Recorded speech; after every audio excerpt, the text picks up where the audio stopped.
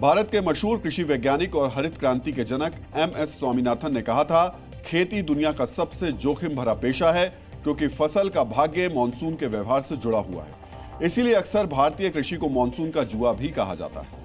अच्छा मानसून होने से देश में फसल की रिकॉर्ड पैदावार होती है और मानसून खराब होता है तो देश की इकोनॉमी बिगड़ जाती है। इस बार मानसून के मोर्चे पर अच्छी खबर आई है। इसका हमारे जीवन पर, खेतीबाड़ी पर क्या असर होगा, अब हम इसका विश्लेषण करेंगे। आज की खबर में गांव की मिट्टी की खुशबू भी है और शहर की जल जमाव वाली परेशानी भी है। इसलिए आप किसान हैं या कारोबारी, नौकरी पेशा हैं या स्टूडेंट, इस खबर को थोड़ा ध्यान से देखिए। आज मानसून केरल में पहुंच गया, जो अपने तय समय से 8 दिन पहले पहुंचा है। भारतीय मौसम विभाग के मुताबिक 16 साल के बाद पहली बार मानसून इतनी जल्दी आया है। इससे पहले 2009 में मानसून 9 दिन पहले पहुंचा था। 2024 में केरल में मानसून 30 मई को पहुंचा था। अगले एक हफ्ते में देश के दक्षिणी और पूर्वोत्तर राज्यों में और 4 जून तक मध्य और पूर्वी भारत में मानसून पहुंच जाएगा। मौसम विभाग ने दावा किया है कि इस साल मानसून में अल नीनो की संभावना नहीं है। इसका मतलब है कि इस साल सामान्य से ज्यादा बारिश होगी। आज पूरी दुनिया, चाहे वो हमारा पड़ोसी कंगाल पाकिस्तान हो या सुपर पावर अमेरिका, सभी देश बढ़ती महंगाई से परेशान हैं। ऐसे में भारत में समय से पहले मानसून का आना आइसिंग ऑन द केक है, यानी हिंदी मुहावरे में कहें तो सोने पर सुहागा है। हम ऐसा क्यों कह रहे हैं, इसे अब आंकड़ों से समझते हैं। हमारे देश में 42% से ज्यादा आबादी यानी 61 करोड़ से ज्यादा लोग प्रत्यक्ष या अप्रत्यक्ष रूप से जीवन यापन के लिए कृषि पर निर्भर हैं।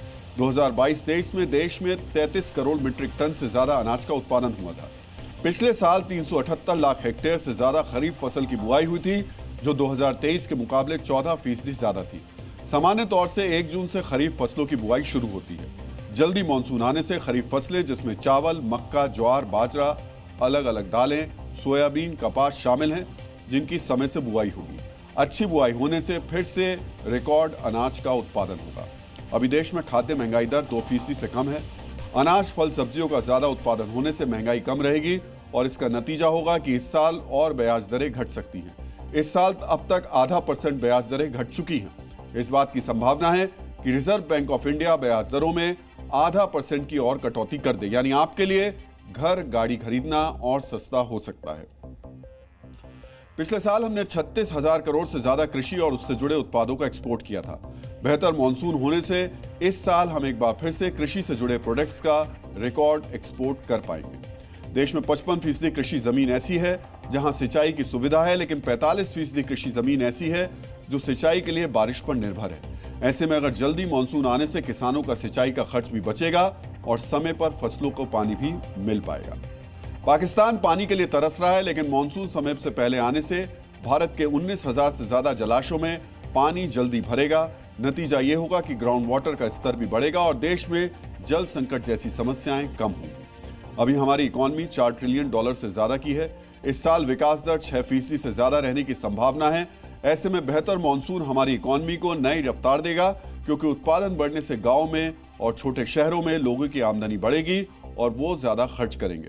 भरपूर फसल से ग्रामीण समृद्धि बढ़ेगी और मोटरसाइकिल से लेकर मोबाइल फोन तक हर चीज की जो मांग है वो बढ़ती है। कई रिपोर्ट्स में दावा किया जा रहा है कि अब गांव और छोटे शहरों में लोग ज्यादा पैसे खर्च कर रहे हैं। वैसे इस बार जल्दी मानसून आने और ज्यादा बारिश होने से शहरों में मुसीबत बढ़ेगी।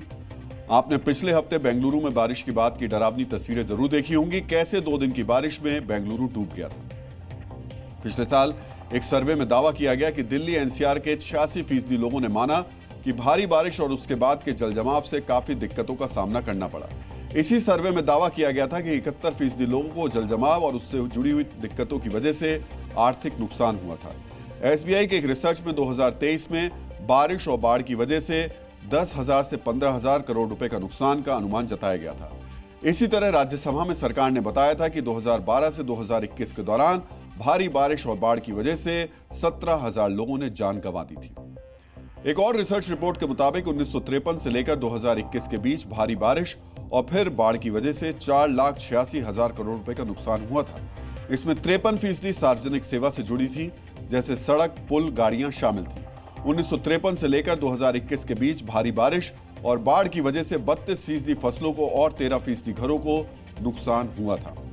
समय से पहले मानसून आने से हमारी इकोनॉमी को रफ्तार मिलेगा, लेकिन बाढ़, जलजमाव जैसी समस्याओं से देश के सभी बड़े शहरों में लोगों की जीवन रफ्तार जरूर धीमी हो जाएगी।